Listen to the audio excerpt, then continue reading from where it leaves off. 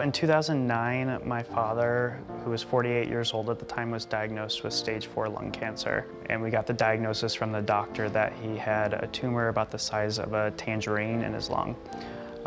He was young, he was fit, he didn't smoke, so it was definitely a shock to the entire family. There were several times that he had so many tumors, in his body that he was in a lot of pain. We started in palliative care first. As he was still getting radiation and chemo, we had a nurse that still came and visited our house on a regular basis. I mean, cancer is exhausting, emotionally, physically, for everybody. And every time we looked forward to that nurse coming to our house because we knew that Dad was going to be taken care of and that we were going to be taken care of. There's often times when she came, we hugged her when she walked in and we hugged her when she walked out.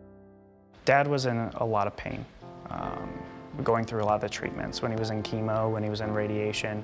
Once we transitioned to hospice, there wasn't pain anymore. We actually got to improve our relationship with him there towards the end because we were able to have more conversations with him that were open and honest. And at that point, I think mentally too, he had moved on and he was ready. Visiting nurse helped him prepare to say goodbye to all of us. A lot of people don't understand what the end of life even looks like if you haven't gone through it yet. And it can be very unsettling if you didn't have visiting nurse there to walk you through that and talk you through what to expect.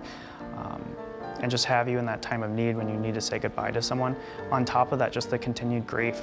Grieving doesn't end when your family member passes away. Grieving lasts a while.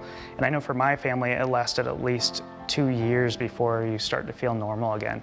Every holiday, every conversation you have, you struggle with it because you think about that person not being there.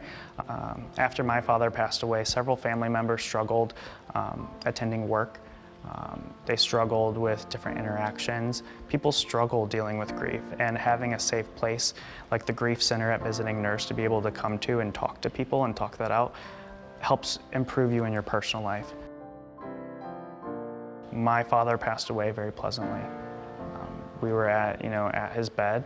I watched him take his last breath, and I was able to do that, and I was prepared to do that.